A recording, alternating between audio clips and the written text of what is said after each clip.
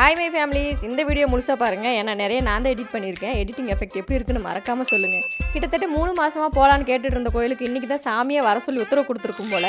சரி எங்கள் கூட வாங்க மேச்சேரி, நம்ம அம்மா மகிழ்ச்சியை தருவா வாரி வாரி அப்படின்னு நம்ம ஃப்ரெண்ட்ஸ் எல்லாம் கூட்டிகிட்டு மேச்சேரி பத்ரகாளியம்மன் கோயிலுக்கு வந்துட்டோம்.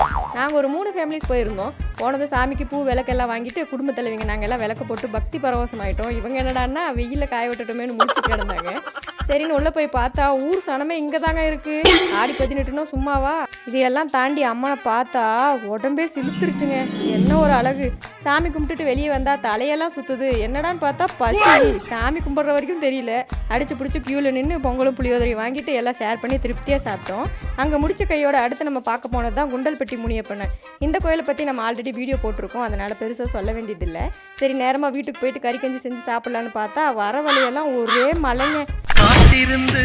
காத்திருந்து காலங்கள் போகுதடி. காத்திருந்து பொழுது போனதான் மிச்சம். இதுக்கு மேலே பாடி தாங்காதுன்னு பக்கத்தில் இருந்த ரைஸ் கடையில் ஆளுக்கு சிக்கன் ரைஸ் வாங்கி சாப்பிட்டோம். இப்போ நீங்கள் கேட்கலாம், கோயிலுக்கு போயிட்டு எப்படி நான்வெஜ் சாப்பிட்டீங்கன்னு. நாங்கள் போன 2 கோயிலும் நான்வெஜ் சாப்பிட்ற சாமியா, அதனால் சாப்பிட்லன்னு கூட இருந்தவங்க தாங்க சொன்னாங்க. எனக்கு தெரியாது.